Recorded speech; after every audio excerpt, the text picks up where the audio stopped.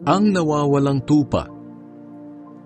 Maraming maniningil ng buwis at iba pang mga itinuturing na makasalanan ang pumunta kay Jesus upang makinig sa kanya. Kaya nagreklamo ang mga Pariseyo at mga tagapagturo ng kautusan. Sinabi nila, ang taong ito'y tumatanggap ng mga makasalanan at kumakain kasama nila. Kaya kinuwentuhan sila ni Jesus. Kung kayo ay may 100 tupa at nawala ang isa, ano ang gagawin ninyo? Hindi ba't iiwan ninyo ang 99 sa pastulan at hahanapin ang nawawala hanggang sa makita ninyo? At kapag nakita na ninyo, masaya ninyo itong papasanin pauwi.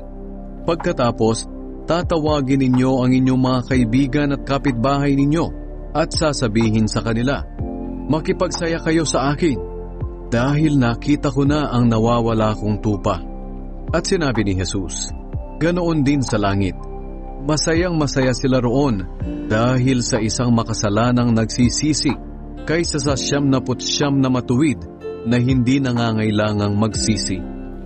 Halimbawa naman, may isang babaeng may 10 salaping pilak at nawala ang isa. Hindi ba't sisindihan niya ang ilaw, wawalisan ang bahay at hahanaping mabuti ang nawawalang salapi hanggang sa makita niya ito? Pagkatapos tatawagin niya ang mga kaibigan at kapitbahay niya at sasabihin sa kanila, makipagsaya kayo sa akin dahil nakita ko na ang nawawala kong salapi.